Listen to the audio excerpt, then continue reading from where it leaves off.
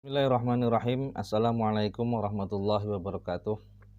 Anak-anakku sekalian, hari ini kita akan belajar dalam materi akidah akhlak tentang sifat-sifat wajib bagi Allah Subhanahu wa taala.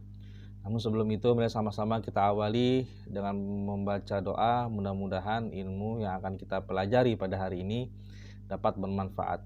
Berdoa dimulai.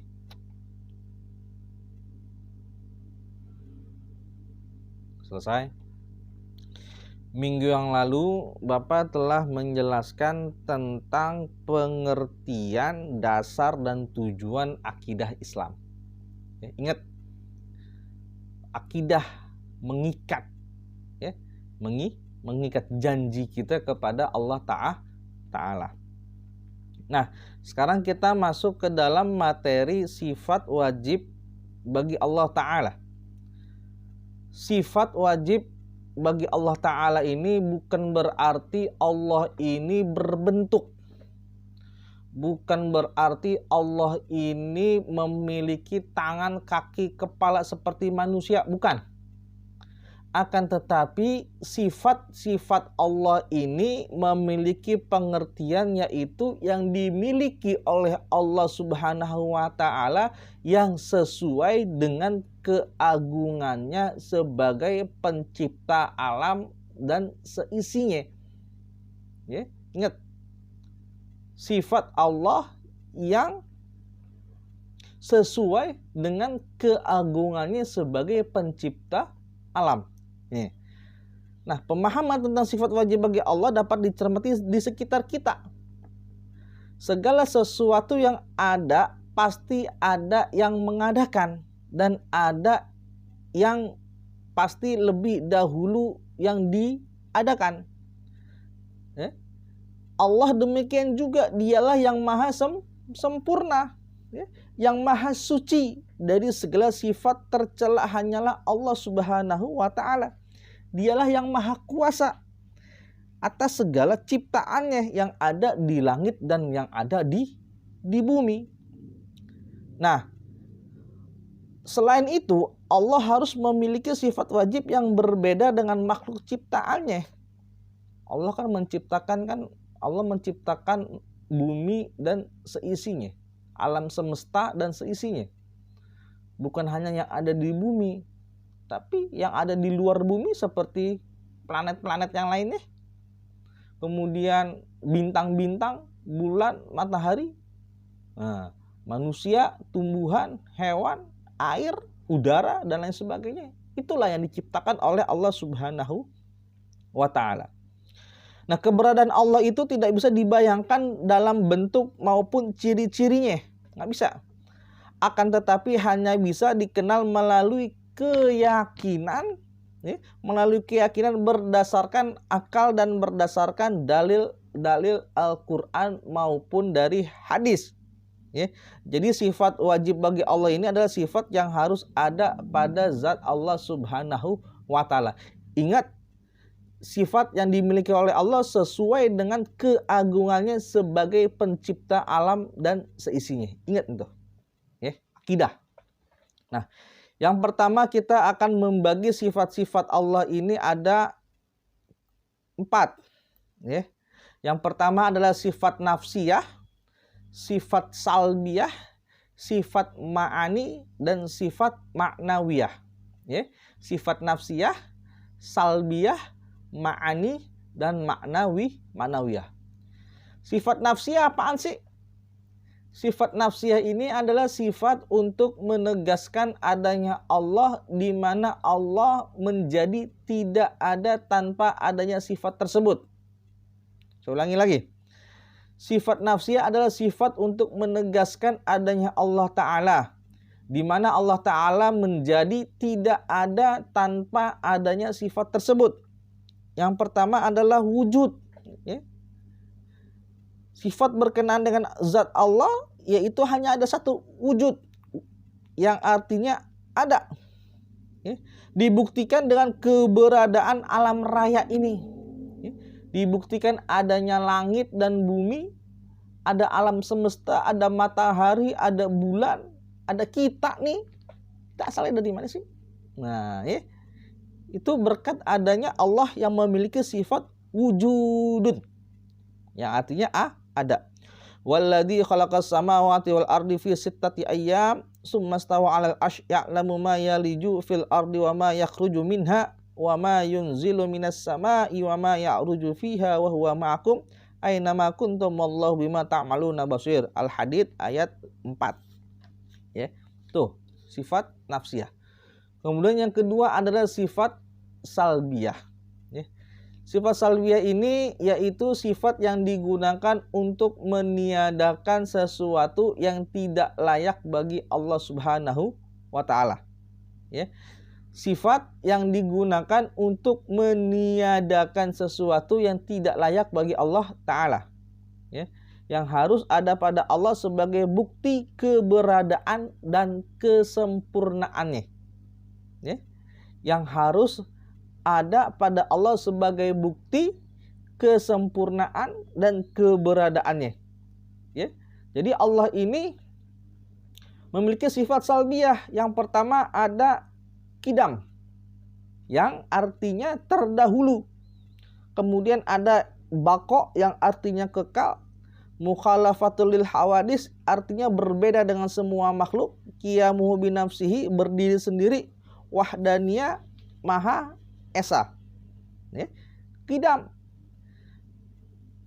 Makna yang terkandung adalah bahwa siapapun yang menciptakan sesuatu pasti dia ada terlebih dahulu dari yang diciptakannya. Ya. Kalian membuat prakarya, ya, pasti kan ada yang membuatnya. Siapa sih yang bikin handphone pertama kali? Nah, pasti kan ada yang bikin. Ya. Begitu juga alam semesta ini. Siapa sih yang membuat alam semesta ini? Ya. Bumi, planet-planet lainnya. Siapa yang membuat? Allah Ta'ala. Berarti Allah ada terlebih dahulu. Kemudian bako artinya kekal. Kita harus punya keyakinan akan kesempurnaan Allah yang tidak pernah berubah, yang tidak pernah rusak maupun binasa. Suatu sifat yang tidak dimiliki oleh semua makhluk ciptaannya.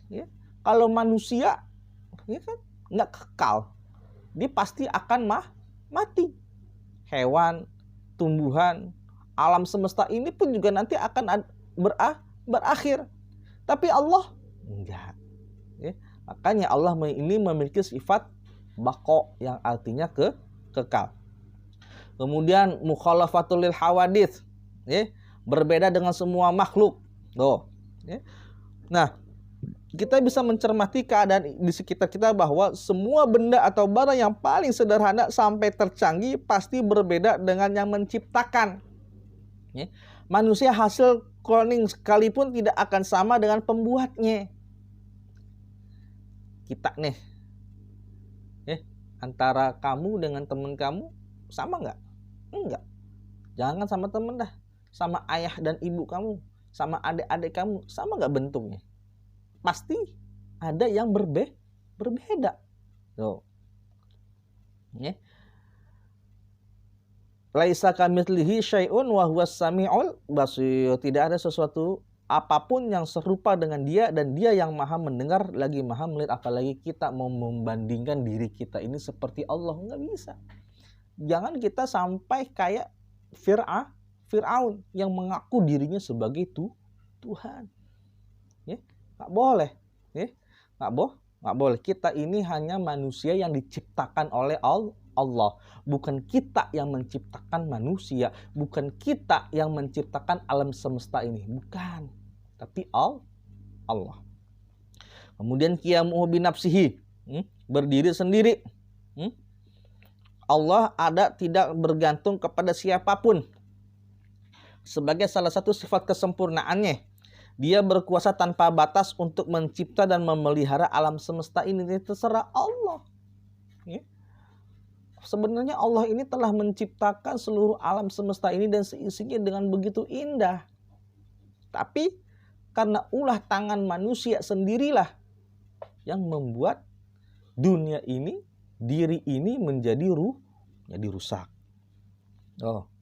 Dengan kekuasaan dan kesempurnaannya itu, dia tidak tergantung kepada siapapun dan apapun. Allah nggak bergantung kepada siapapun dan kepada apapun. Tapi kita nih sebagai penciptanya, sebagai yang diciptakan oleh Allah, kita bergantung kepada Allah. Kita sholat, Allah nggak rugi. Kita nggak sholat pun Allah juga nggak rugi. Tapi kita rugi nggak kalau kita nggak sholat? Rugi. Kita nggak mau sedekah, Allah nggak bakalan rugi. Kita sedekah pun juga Allah juga nggak rugi. Tapi kita lah yang rugi. Tuh. Kemudian wahdaniyah, artinya yang maha esa. Ya, Qul huwallahu ahad, artinya hanya satu. Ya, hanya esa, satu. Nggak ada Tuhan-Tuhan yang lain.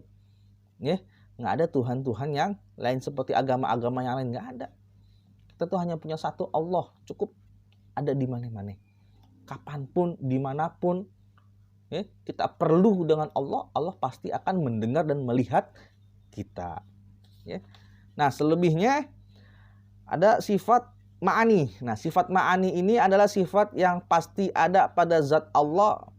Sifat-sifat ma'ani ini adalah sifat-sifat yang juga dimiliki oleh makhluk. Bedanya, jika yang memiliki sifat ini Allah, maka sifat ini tidak terbatas. Sedangkan jika yang memiliki sifat ini makhluk, maka sifat ini terbatas. Contohnya, Allah maha hidup, artinya selamanya dan tidak akan mati. Tapi kalau makhluk yang lain, hidup, tapi suatu saat pasti juga akan mati. Itu ma'ani. Nah, macam-macamnya kalian tinggal lihat. Kudroh, irodah, ilmun, hayyun, sama, basor, kalam. Ya, tuh. Kemudian maknawiyahnya, ya, maknawiyahnya yang mengiringi, yang memperkuat daripada sifat ma'ani. Ya. Qadiran, muridan, ilman, aliman, hayyan, sami'an, basiran, mutakalliman. Nah, nanti coba kamu baca kembali, kamu pahami lagi, ya. Jangan cukup baca sekali aja, tapi baca 2 atau 3 kali. Biar kita lebih paham lagi, biar ilmu kita bermanfaat dan kita lebih yakin terhadap diri kita sendiri dan juga terhadap Islam. Ya, terima kasih. Semoga ada manfaatnya.